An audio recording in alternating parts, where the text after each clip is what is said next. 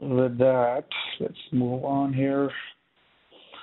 Okay, here's our legal disclaimer. Our attorneys want to make sure that we read this to you. I'm not going to read it word by word, but basically, like any investment, we highly recommend that all investments do have certain level of risk, and you carefully make investment decisions.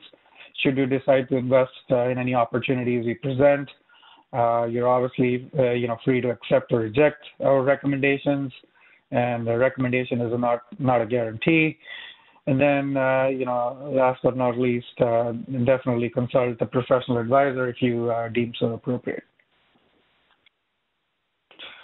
So a bit more about what Bluebird Group is. It's a real estate investment and sales company based out of Pleasanton, California. We're basically focused on real estate investments in the fix and flip market. We do a lot of projects ourselves in the Bay Area market primarily, and also lately we've been doing some out-of-state fix and flip projects and even rental investment projects. And then we do help clients buy and sell real estate as well in the Bay Area. And then Funding Warehouse is the company that my colleague here, Pritam Sinha, who started several years ago. And I think this is a good time for me to bring him on, introduce him to you guys. For those who have attended these webinars before, you already know him. But for those who don't, he's an amazing background. He's been in the business, real estate investments business for a long time.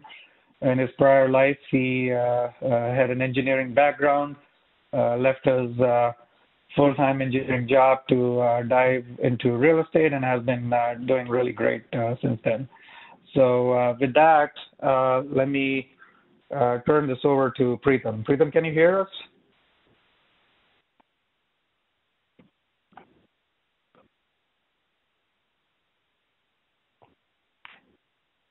Pritam, you may be on mute.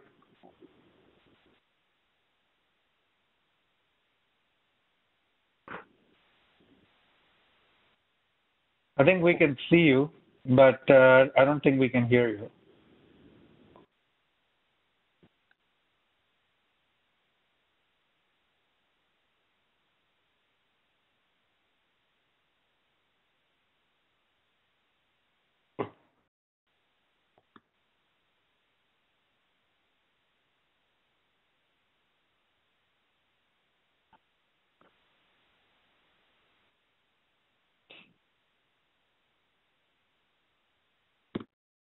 Do you want to dial out and dial back in, Pritam?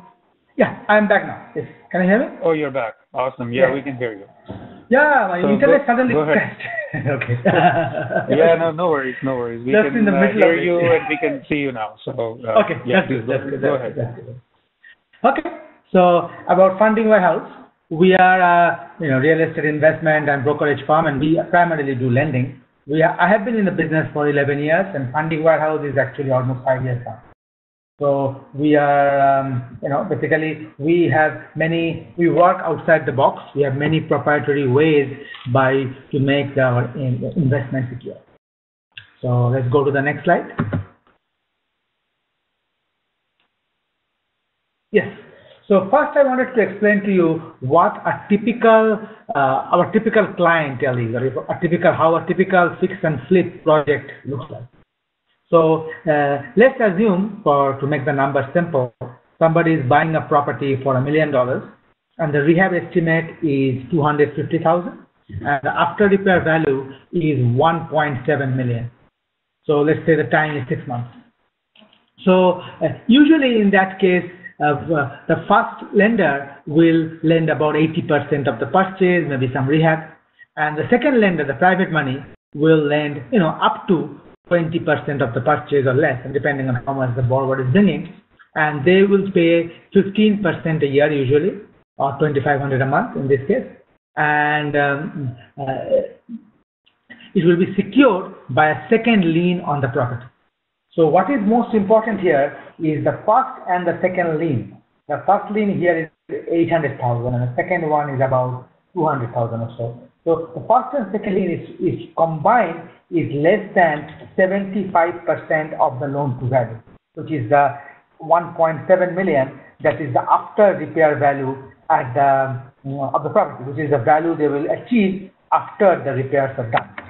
So one thing to remember is a lot of people ask, why are we taking the after repair value and not the current value of the property? The reason is the monies for the repair are held in escrow, usually by the first lender. So those monies are there. So that means if at any time, if the project fails, if the borrower runs away, if something happens, then that money is available to finish the repair. That's why, because that money is available, we can go after the after repair value for all our calculations. So this is how, and I will go over, of course, the details in more later. But the key to remember is the first and the second combined is less than 75% of the LTV, the after repair value, and that is the cushion that offers us the safety. Okay. So next slide. Pritam, I pass the control over to you to see if you can move to the next slide. Okay. Okay. Let me try that. How do I? On top of the page where it shows page 7, a typical fix and flip. There should be a right arrow. Yes, I found it. Yes. Okay. Okay. Yeah, that's good. That's easier now. So basically, who are our investors? Our investors we have two kinds of investors here. One is our investors for the first position, and they are big hard money lenders, hedge funds, sometimes banks, crowdfunding companies like patch of land. So those are our first position lenders. And then we go to the second position investors, who are private investors like yourselves, doctors, engineers, foreign investors, individual funds, trust managers. So these are second position. So we provide the borrower a whole capital stack, the first and the second, with enough leverage so they can get into the project, and then we offer the whole solution. And here is the situation. So these are our two types of investors that we are targeting. So here is a situation about investments, right? Many of the people invest. What is the alternative for investment? A lot of people put their money in the bank, in CDs, and some of them in the stock market. So the money in the bank are CDs. They don't even beat the inflation. They're the returns, as you all know, is very small. And if they put the money to a money manager, sometimes the returns are less than the fees and commissions. I mean, that's why at the end of the day, they are not really getting ahead.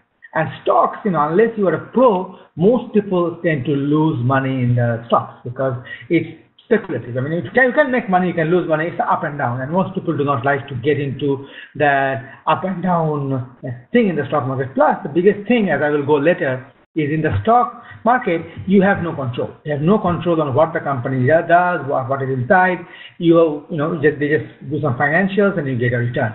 In our case, it's secured by a real estate property, which you can see, it's a thing that you can feel, touch, and see. And you can decide which property you want to invest in. So here are the advantages of investing with us. So first of all, one of the things is we never charge any fee or expense to the investor. The borrower pays the cost. And that actually is a very interesting aspect of lending. In lending, the borrower always pays everything. And if you ever got a loan from BOA or Chase, you always know that you pay for appraisal. The lender never pays anything. That's an advantage of being a lender, which I'll go over later. It is not speculative, because you are relying on the property with value, and we are not relying on the future value. We are not relying on appreciation. We are relying on forced appreciation, which you can control. By forced appreciation, I mean when you do some work on the property, when you increase the square footage, you are adding some value that automatically increases the value of the property. You are relying on something safe, solid, and secure. And we have some unique ways of structuring the deal that makes our deals even safer. So and that is how our investors on average get.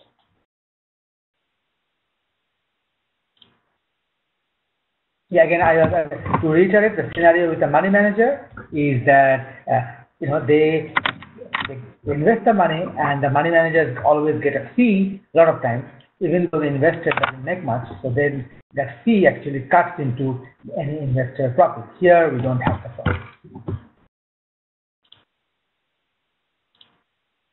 Yeah, and this is another graph you can get from most of the banks and mutual funds. That if there's the difference between a fee and a no fee has a drastic effect on the returns on investment. Because if you have a fee, and because of the effect of compounding over a long period of time, a 1% fee can make a huge difference. So I'm just stressing on how expensive, and then in the long run, the money management fee can be. So now I'm we kind of got the background on where we come from. And now I will give you a very good overall review on how, what exactly do we do, and what exactly you're investing in. And here I'm taking a more broader view of in any kind of project, in any kind of prospect, you can be in one of the three positions. You can be a consumer, like in our case, is a person who wants to buy a house for the family, that's a consumer. You can be a producer, a person who does the rehab or construction and actually delivers the product, delivers the property to the consumer. And then you can be a lender who actually provides the loan or the financing to the producer. So which position you want to be? In my opinion, being the lender is the best position, because the lender is the safest. One of the things I always say is our government is actually for the bank, of the bank, by the bank. Banks, everything is lenders always win. And if you do not believe it, think of the last recession when everything went sour. That the government actually bailed the banks, not the common people. So everything is tilted towards the bank. Another thing, remember, is a lender always gets paid first. When a property sells, unless the lender gets paid in full, the borrower, the producer, does not get a penny. That is something very important to note, that as a lender, you are always in a better position. So now I will describe the main components of what a loan looks like. So a loan has a huge amount of documentation. And a lot of the documentation is very legalese language, protecting different situations. But the most important document in a loan set is basically two documents. One is called a promissory note, and another is called a deed of trust. So promissory note and deed of trust are the two main documents in a set of loans. So what is a promissory note, first of all? A promissory note is a promise to pay. It's something not exotic, it's used every day. It can be secured or unsecured. It's a note. It's like that's what, anytime you get a loan, be it a credit card or any loan, you sign what is called a promissory note. Basically, you are signing a promise to pay. That loan can be either secured or can be unsecured. We do not deal with unsecured loans, like credit card debt or some other debt. But if it is a secured loan, then it will be secured by something. If it is secured by a property, then these notes are secured by what is called deed of trust. And those are the focus of our investment. We originate loans that are secured by deed of trust.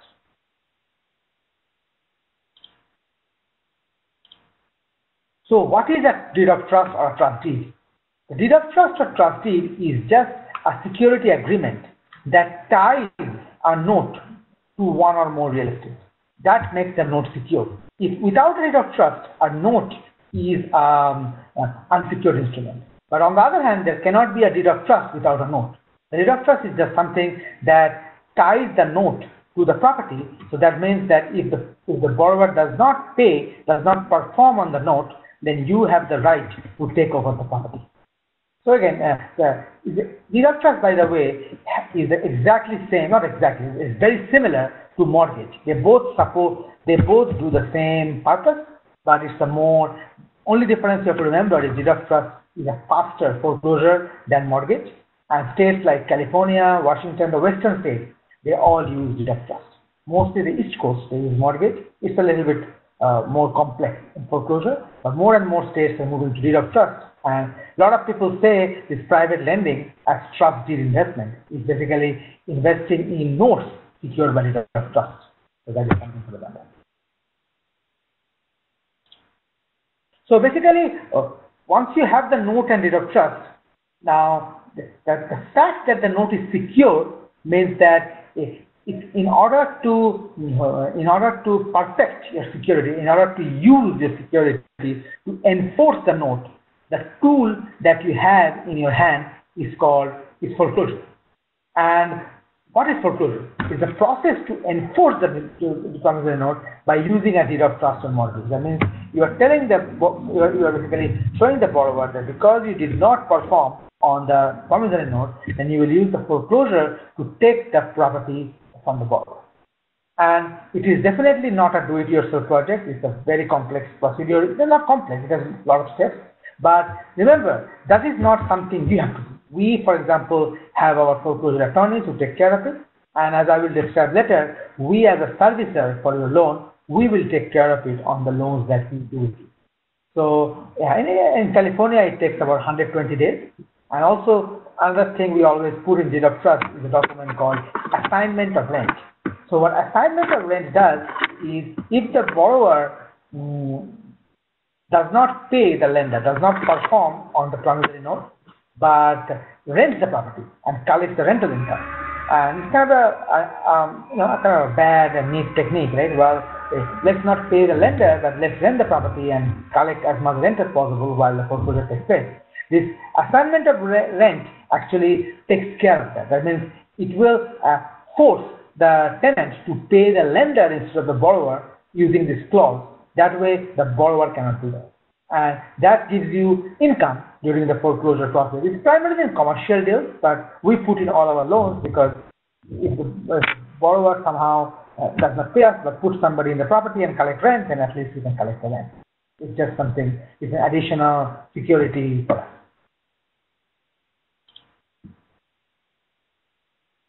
Yeah, one of the three questions I always get is what is hard money and why would somebody pay 15% or high percentage for it? The market interest rates are very low. So what happens is hard money is also called asset-based lending. It is private lending or bridge lending where the lender is lending based on the value of the property. The loan is not primarily based. People still look at the borrower, but it's not primarily based on the borrower's credit or borrower's history. It's primarily based on the asset, which is the property. And one of the things is private lending can beat the bank in speed. It's common sense underwriting. It's not very complex. It's just common sense. Use the underwriting is based on the property value. Banks have a very elongated process, and a lot of people either cannot or do not want to go through the process. One other thing is it is a short-term loan. So the interest rate is not the main concern of the borrower. I mean, of course, the concern, but it's not the main concern because more important is to get the money fast and get the money available because it is a very short-term loan. It's few months. In these few months is not the interest that makes the major difference in the profit the borrower is going to get. So this is the purpose. It's called a bridge loan, a short-term loan to convert a property quickly from where it is to where it should be.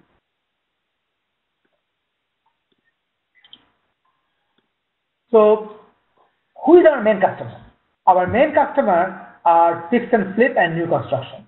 So it's a very old business. People have for a long time have been buying ugly houses or buying houses where it is not optimal for the area. Maybe a 2x1, which is a dysfunctional house, or maybe a 800 square foot house in a neighborhood which has 2,000 square foot house in Beverly Hills. So it's like a house that doesn't fit the neighborhood, where by adding square footage or by fixing the house or maybe by building an addition, you can add a lot of value. And this addition of value is what we call host appreciation which is hosting. You are not relying on the market to cause the increase in the value. And it is a short-term project, so often, that's why this one of the important things is in these loans, they have to close quickly because they are getting a good deal. The seller is in distress, so they have to close quickly. These do not Plus, that depending on the condition of the property, this may or may not qualify for traditional bank finance. So because of all these reasons, people for this kind of project, they go for hard money or asset-based lending instead of the traditional bank.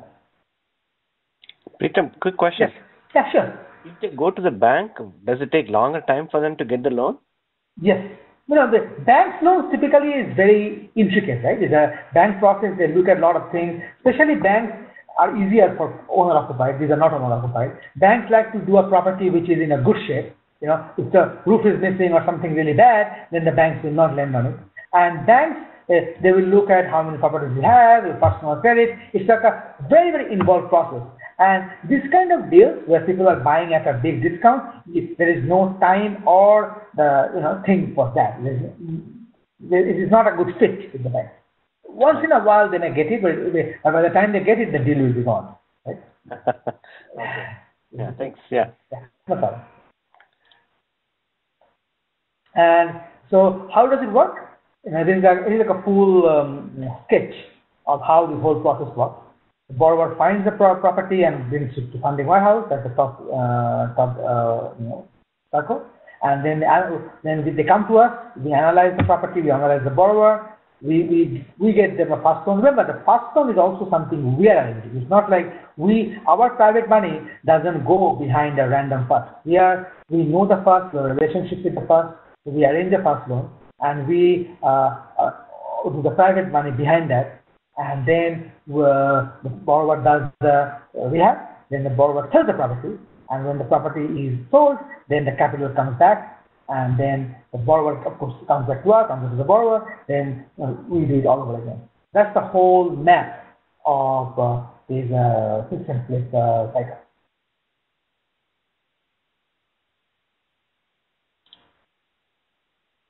Yeah. So what are the risk mitigating factors? How do we control the risk in this whole equation? And that's most important, because in this case, if things go well, there's nothing to talk about. I mean, you will just get your money back and that's it. But if things go bad, how do we protect ourselves? First of all, the number one important factor which protects us is the equity. So that means, I remember we told you there's a 25% minimum gap between the loan and the value of the property. So that's why it's very important to determine the value of the property. So we have to make sure there is enough equity in the property. And this is an asset-based lending. So that is the main thing we are relying on. And how do we determine equity? Maybe it's a good time to talk here. How do we determine the value? It's not that something we just run ourselves and make sure the value is there, because that's not very reliable. We always hire, as a lender, we always hire a third-party appraiser. Either the first lender hires it or we hire it, but at the end of the day, we always get what is called a third-party appraiser, and based on the appraisal value, we determine what is the value of the property and then what is equity. So that is how, which is the most important factor in mitigating our risk. Now, there's always a risk what is the house is on fire. So because of that, very similar to the bank, the borrower gets the hazard insurance, the borrower pays for it, and we are named as additional insured. That's how the bank protects themselves, and that's how we do. So we will repay the insurance. What if there are unknown links? Then, as the banks do, we get what is called title insurance. That means that protects us against any liens that are not shown on the bank. What if the borrower runs away? What if the borrower doesn't pay, can reach it? Then you basically get the property. And of course, the most common way of getting the property is by doing a foreclosure. But as I will discuss, there are other ways we use ourselves to get the property much quicker than by doing foreclosure. What if the property value goes down? So yeah, that's another thing that can happen. Property values, markets go up and down. But one of the important things to remember is our loans are for very short term, and in a short period of time, the property value usually doesn't go down that much. Even during the last downturn, over a short period of time, the decrease in value was not that substantial. It was over a longer period of time. Yes, property is more, unlike the stock market, it doesn't go up and down on a monthly basis. more of it takes 6 months or a year to even have any effect on the value. And so that's why we have the 25% cushion that accounts for any reduction in value, so we can still get out and not be influenced. And one of the things we do is we always try to make sure we are lending to experienced rehabber. So experienced rehabber means they will finish the project quickly, finish the project well, and there's a less chance of a pitfall. So that's one of the very important criteria we use when we do our loans. And when possible, we get what is called cross collateral. Basically, that's the collateral against a different property which the borrower may have, and that just adds additional security. Usually that happens when some of the other things are questionable, so we will ask for additional security that the borrower can provide.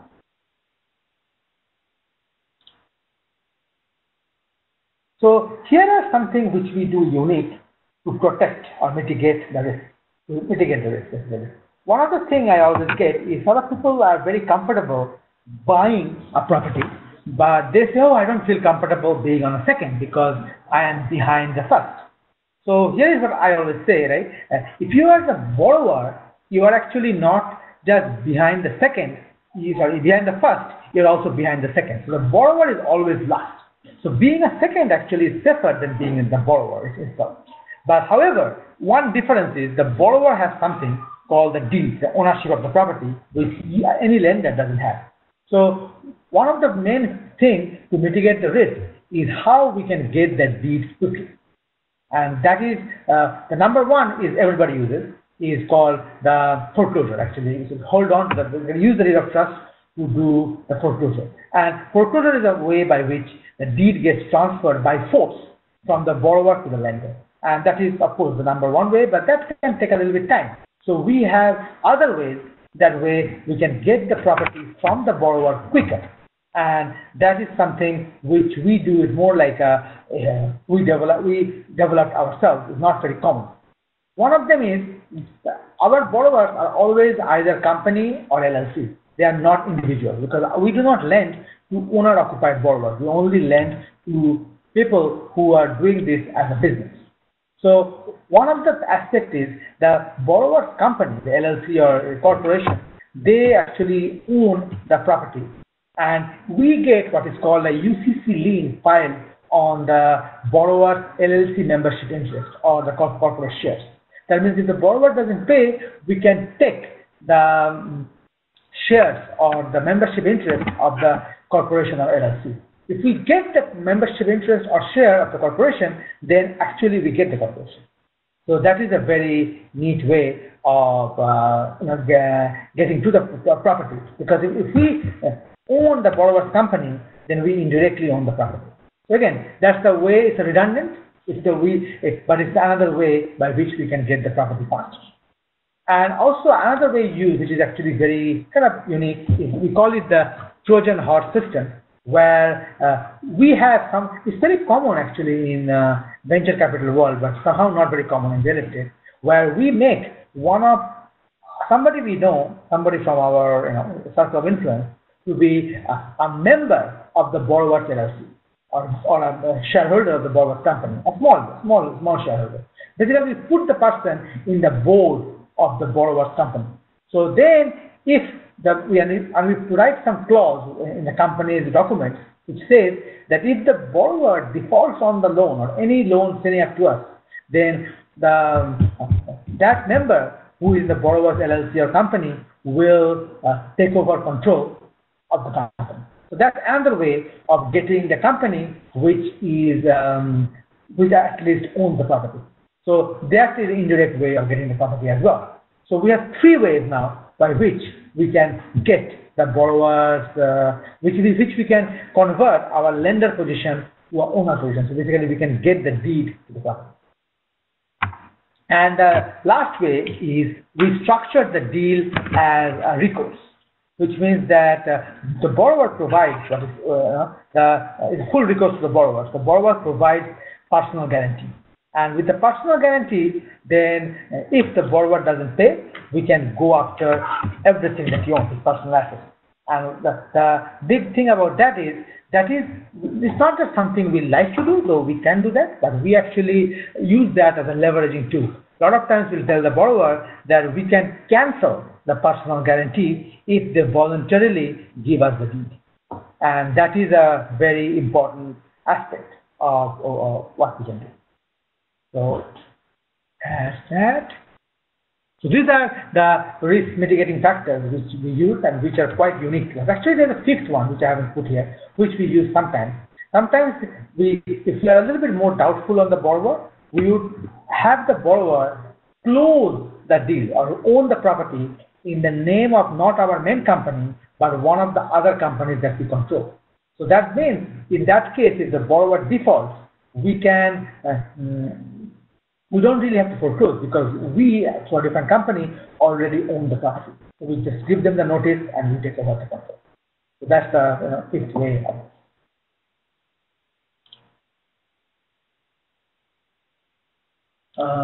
Yes. So here are some of the do's and don'ts of a trustee. Always use escrow. I mean, all our closings happen through escrow. Do not always lend with collateral. So the collateral is the deed of trust. That way you have equity, and so always get the title policy, insurance, know your lien position, and always also when you are doing lending, it's always important to go through a licensed broker, because otherwise, if you are not licensed and if you do lending, you are subject to the usury laws. And the usury laws in California is anything about 10%. So if it is more than 10%, then you are usury. But if you go through a broker, there is no limit. Yeah, these are some of the myths about second deed of trust. So one of the myths is it's more risky than the first. Yeah, it is more risky than the first, but it's less risky than becoming a fix and flip investor. As I said, a lot of people want to fix and flip, but it's a much work. And at the end of the day, they make money, but they're at a much, much higher risk than the second position lender. Second position lender has higher returns, and again, they get the cushion with the after deferred value. And as I said, I just explained to you the advanced ways we use to mitigate the risk.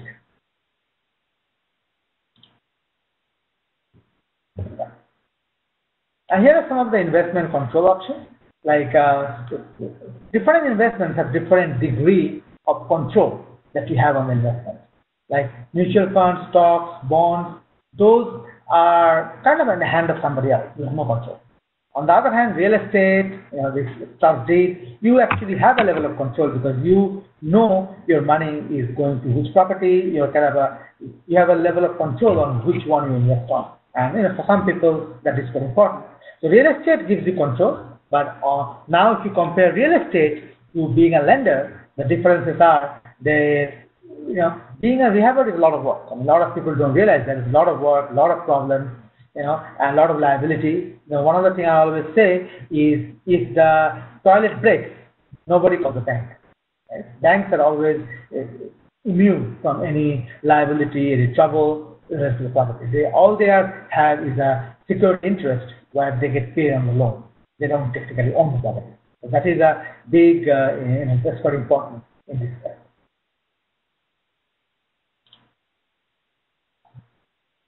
So here are some how do you participate with us. So here are some ways that people always ask the question, and I kind of was not sure. Now I put them into two methods. So one of the things is some of the loans we close, and you basically come in to invest at the time of closing.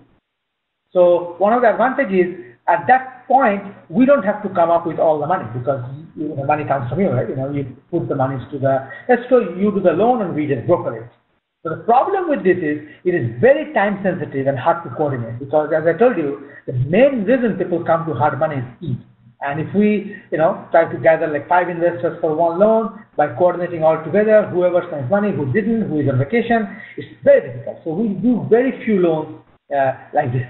Most of the ones we do is method 2, where what happens is, at the time of closing, we actually close, funding warehouse or company close with our own money. We send the money to escrow, we close, and then we sell all or part of the loan to you. So that means then when you are coming, you're buying the loan kind of off the shelf. So you are not you are not have you don't have to be in a big time pressure or time crunch. You can invest at leisure. So that's the method two, which is really most used.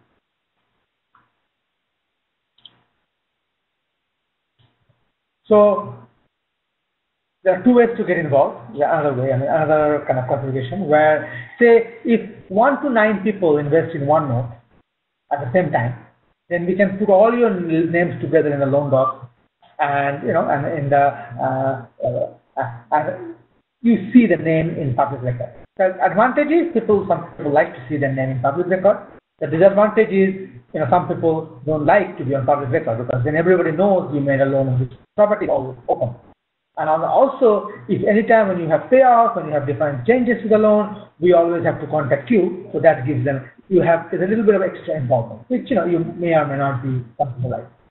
But what we do, a second way method is more passive, where we put the lender as the property address Mendoza Trust. Mendoza is our company. So we put the lender as the trust, and you become a beneficiary of the trust. The advantage is, trust. That's always been the advantage of trust. It is private, but you are the beneficial interest. You are not shown on public records, and also it's easier to handle for us.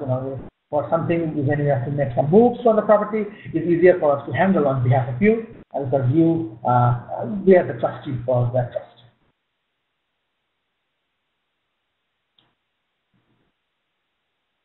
Now, I actually kind of went over the most of the presentation. Next, I will go through some of the examples of past deals, and I will show you some of the deals that we have on hand.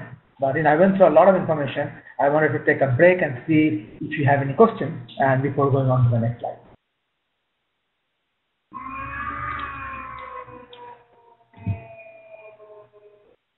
Hello, anybody?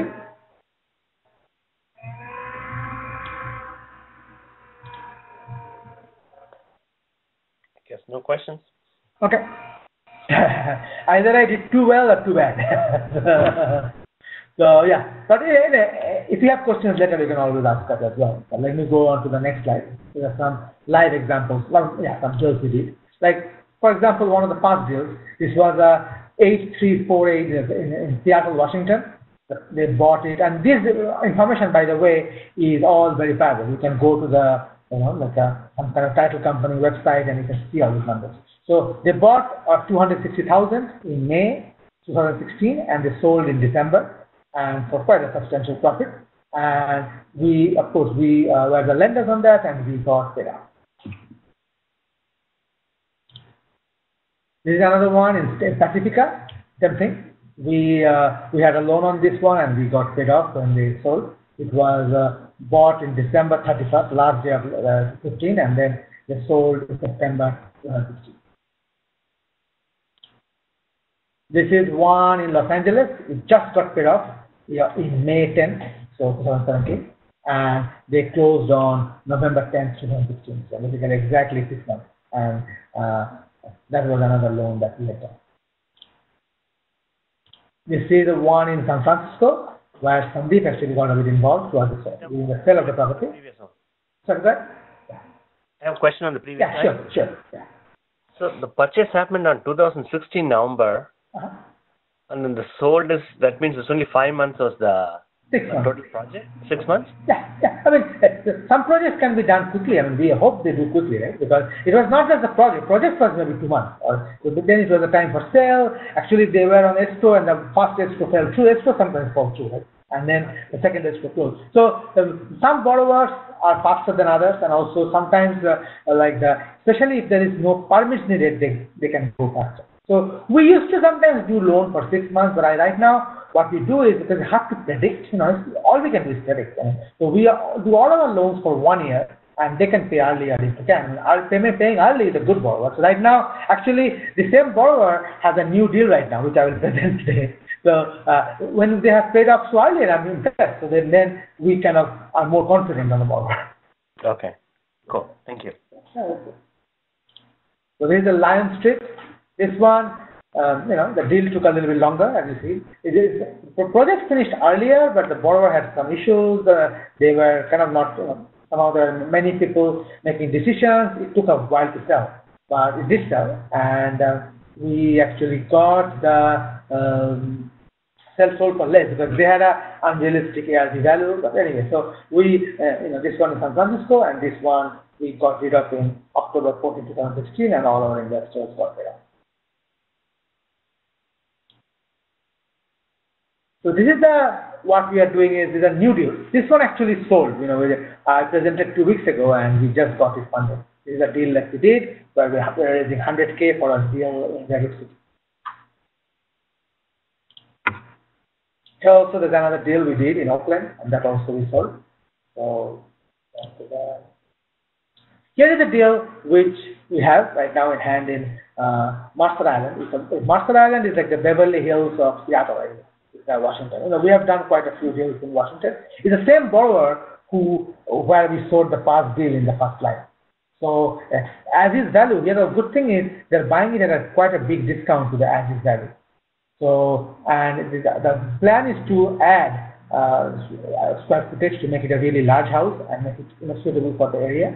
One of the biggest thing in this deal is because of the season, we could buy it and put it on the market right away and most likely sell it as is value. So that will be a very short hold, but there's two exits. Other exit is actually to do the full rehab, apply for the permit, and then sell for much more down the road. And this market has been one of the strongest markets in the country. Then this is Louis Avenue in Sinha. It's actually quite close to our office in San Fernando Valley, Los Angeles. So this one, the borrower brought 150K to close, and here are the numbers. So after the fair value, this one is again is a repeat borrower, and he almost finished the last project. So, which is also was quite good. I think he got the loan from us in January, and he's almost finished, which is a good sign. So this borrower has a lot of experience. So this is one of the loans. This loan actually it is a new deal. Yeah, we funded it already, but basically again, this is the one where method 2 we funded it, and we are trying to sell it to somebody that way we can get our money back. Another deals in progress. This we are planning to fund like this week, maybe Monday or Tuesday. This is the same one from the other borrower somebody asked about, where they finished in 6 months. So I was gonna, as I said, I was gonna invest. So this one, they buying for 417. After the fair value, he said 675, but we actually got appraisal is 715. So the appraisal actually came a bit higher. I should adjust this year. And the borrower is basically putting about 10% for down payment, but what we are doing is in our loan, we are holding money for payment and repairs.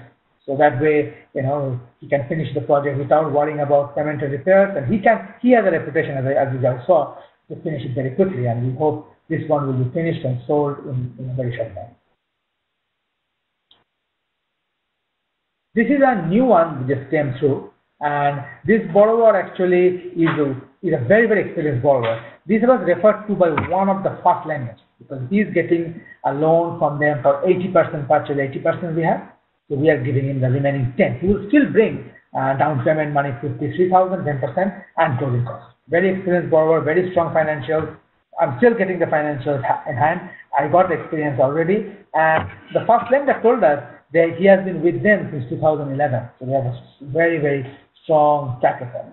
And there is also a major rehab, but there is no square foot addition. That's very important because whenever there's square foot addition, it takes a while to get permits. So this one will not need the permit. So this will be a more of a quick turnaround.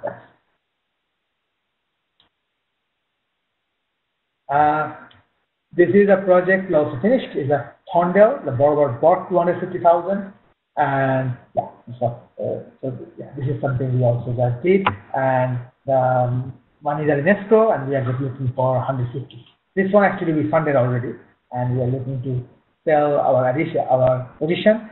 Good thing is on this one, even though it needs permits, the permits will be approved. Will mostly approve. The current seller actually got the permits almost approved. So when now the buyer should have them approved in hand.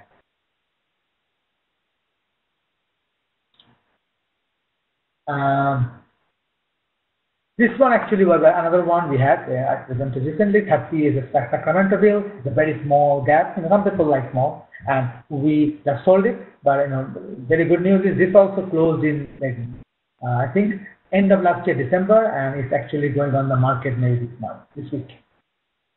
That's where we are. There is another deal, a very small deal in Pritam. Pritam is actually close to Santa Cruz. No, close to like Watsonville, that area. South of the Bay Area.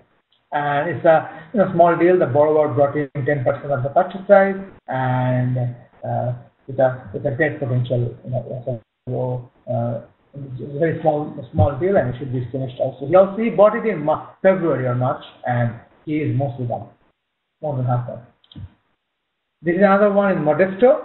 Same scenario, small deal, and borrowers got 10% plus closing costs. So yeah, you see, we do deals of different sizes, from very small ones like this to the very big ones, $1 million plus ones that we mentioned earlier. So that is that. Yeah. So that is the end of our presentation.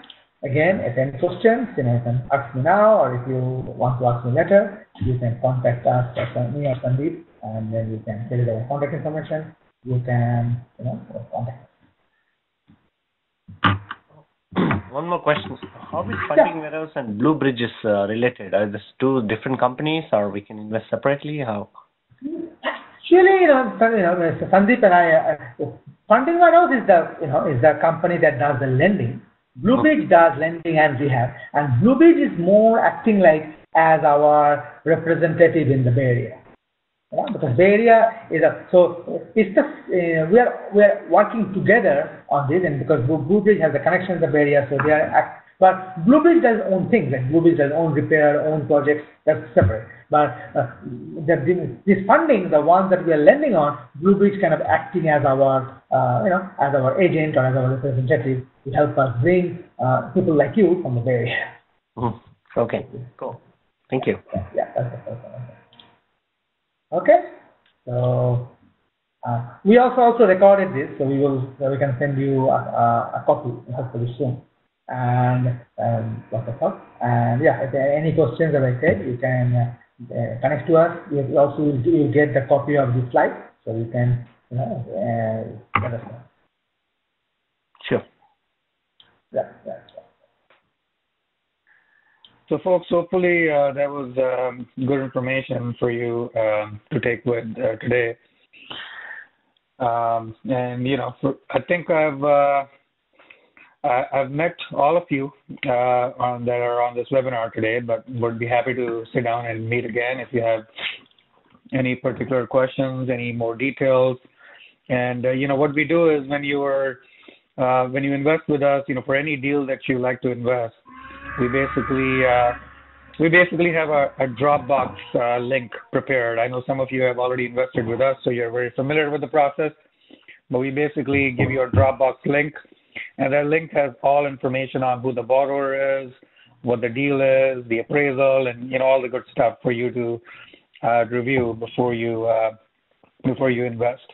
And just to add to Pritam's response about Blue Bridge and Funding Warehouse, so like Pritam said, Pritam and I have known each other for I don't know 2 years. Over 2 years. Over 2 years, and so Blue Bridge, we do a lot of fix and flips, our own projects in the Bay Area, and all my loans get funded through Pritam's Funding Warehouse. So Funding Warehouse is basically the mortgage broker for these loans. So for all these loans, you have to have a broker to basically tie in the first and the second private investor, and that's what Funding Warehouse does. So we do a lot of common business in the Bay Area. I have my own investors, and so Pritam shares his deals and we share our deals. So that's kind of just the business arrangement that we have between us. Yeah.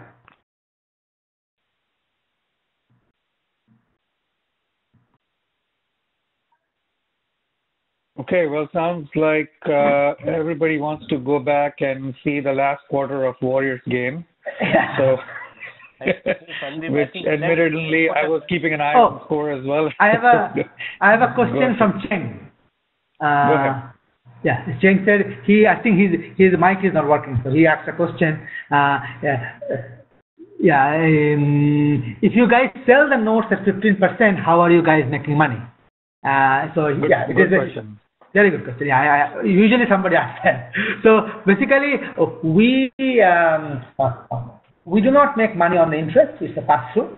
And another thing I also did mention is we actually service the notes. That is, we collect the money from the borrower and pay to the investor. And one of the things we really pride on doing is, even if the borrower doesn't pay on time, we still pay you on time, and then we get reimbursed by the borrower. And that is the feature we like.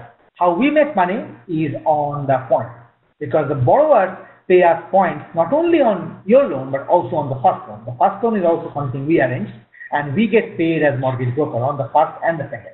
And that is how we make our money.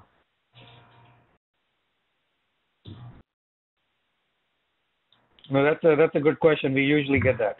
Yes, Cheng. So he just said thank you. He understood. Yeah, I think Cheng's mic is not working for some reason. The speaker is not working. Oh, okay. Yeah. Cheng, if I recall, we met at Harry's Hofenbrau, right?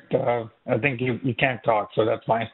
But I think that's what I remember, that we met there. Yep, that's right. San Jose REI. Good to have you here today. Okay, San Jose REI, yeah, exactly. Cheng just said we met at the San Jose REI. Yeah. And Kalpana, I think we've seen you at our first seminars, what I recall. It's Kalpana Joglikar, right? Yes, that is correct. Okay, good to have you here as well today, and Rajesh, of course. Same here. Yeah. We all know you, so you're very, very popular. Thank you. Okay, well, good folks. Thanks again for taking time and listening to the webinar, attending this webinar today. And we'll, unless there's any other questions, we'll just wrap it up. And you have both mine and Pritam's contact information. Feel free to contact us with any follow-up questions you may have. Cool. Thank you. Yeah. Okay. Thank you. Thanks, guys. Yeah. Bye. Bye-bye.